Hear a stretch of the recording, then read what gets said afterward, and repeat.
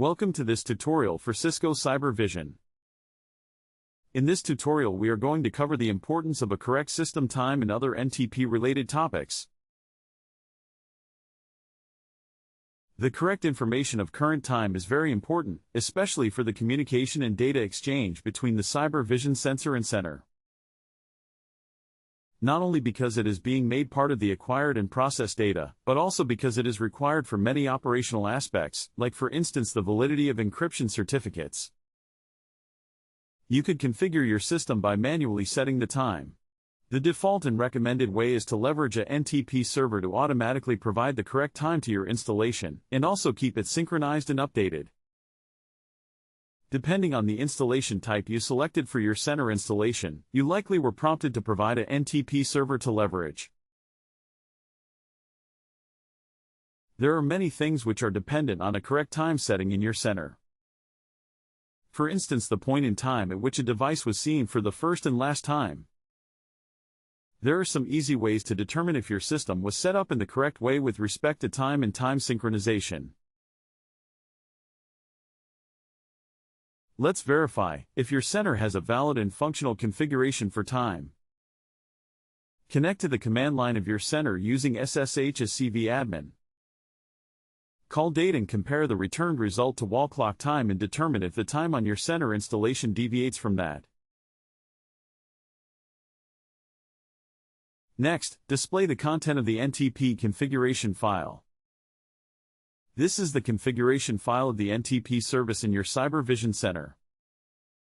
Check if there is a remote server included and if this is really the NTP server your Cyber Vision Center is supposed to use.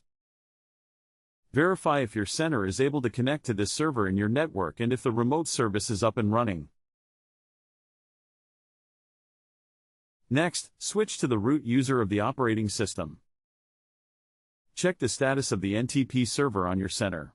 Its operational status should be active and running as you can see it on screen. Use time date control to verify if your system clock status.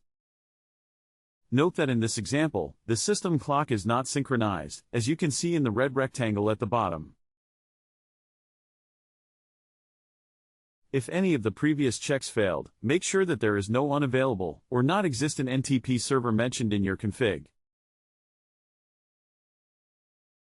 Now let's add a new server using the SBS TimeConf utility.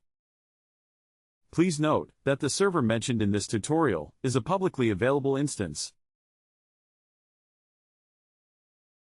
After adding the server, reconfirm that it is now contained in your configuration file. Note the new server being added in the red rectangle. Restart your local NTP server to make it ingest and apply its configuration. Using the time date control utility, confirm that the system clock is now synchronized with the server you just configured. You can see the new status in the red rectangle. Note that after the restart of the service, the status of the synchronization of your system clock has changed. In case you are entirely missing the NTP configuration file, you can generate a new one.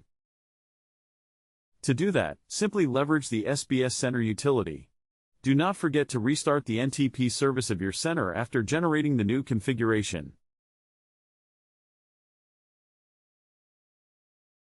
Thank you for watching this tutorial about the Cyber Vision Center NTP service status and time synchronization.